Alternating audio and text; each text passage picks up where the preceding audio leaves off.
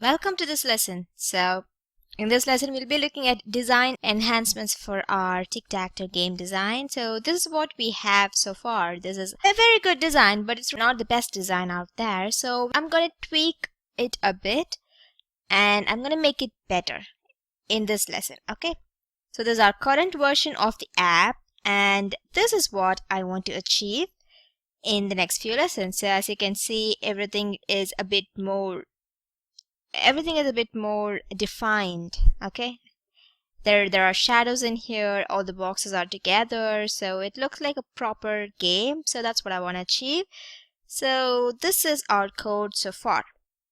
So first of all, we are going to change the background color.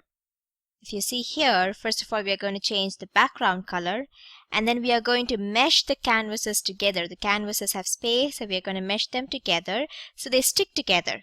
Since right now they have margins between them, as you can see, there are margins between our canvases. We're going to get rid of those margins. Then we are going to change the color of the canvas based on who draws on it, but that would be taken care of in the JavaScript section, so you don't have to worry about that. So let's look at the design enhancements. To start off, let's change the background color to a lighter yellow, that is the yellow that you can see in here. Right, let's change it to a lighter yellow than the lighter blue that we have right now. So this will complement the new canvas colors that we'll be implementing in our JavaScript module. So let's go to our style.css, and in the HTML, let's change our background color to, sorry about that, let's give a hexadecimal value that indicates a lighter yellow. So this is our first part of our enhancements. As you can see here, can you see it? The color is changed. So now let's move on to the canvas. So let's go to the canvas in here. First of all, let's mesh all of the canvases together. If you see here, each of the canvas has a default margin or spacing in here, which is why they don't look like they are placed next to each other like the tic-tac-toe boxes usually are. That's because we've been using 9 different canvases to create our tic-tac-toe boxes.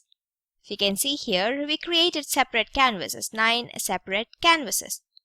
And when they're placed next to each other, their default spacing gets implemented. Canvases are inline by default, as in they don't take up the entire width of the page as the div elements or the paragraph or the heading elements do.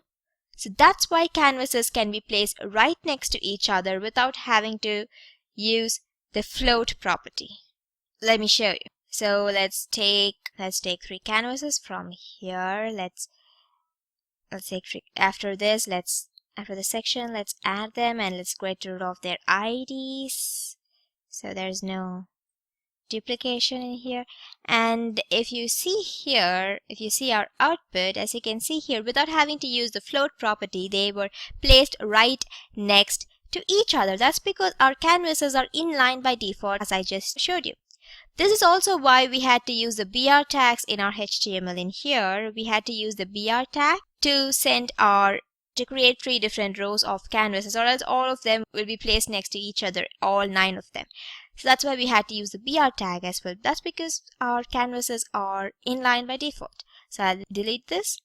But because we left it at a default inline property, we are now stuck with the spaces that can't be removed even after you've made the margin and the padding as 0.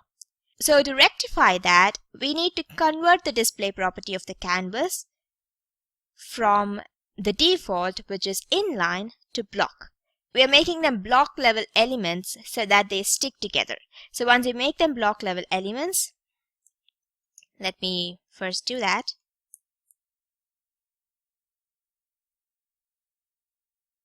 Do you see what happened here? Each canvas now took up 1 line of space. The canvases that didn't have a break tag separating them are now stuck together with 1 line of spacing after every 3 boxes, because after every 3 boxes there is a break tag, right? So that's why. So now we have them sticking together like we want them to, though they are horizontally aligned like they are supposed to. That can be rectified with a simple float property. Let's float everything to the left right now and look look at what we've got. Float left. That's it. So all of the canvases are now floated to the left. There you go. Perfect. The canvas rows were floated to the left, all the while sticking together, all because we made the display property of each of the canvas as a block rather than the default inline. So instead of leaving it at a default, we just added 2 lines of code and we got rid of all the extra spacing, and now it looks like an actual tic-tac-toe box. Okay, except for the borders. The borders are a bit skewed. It's thicker here, it's thinner there. We can take care of all of that in the next lesson. I'll see you there. Thank you.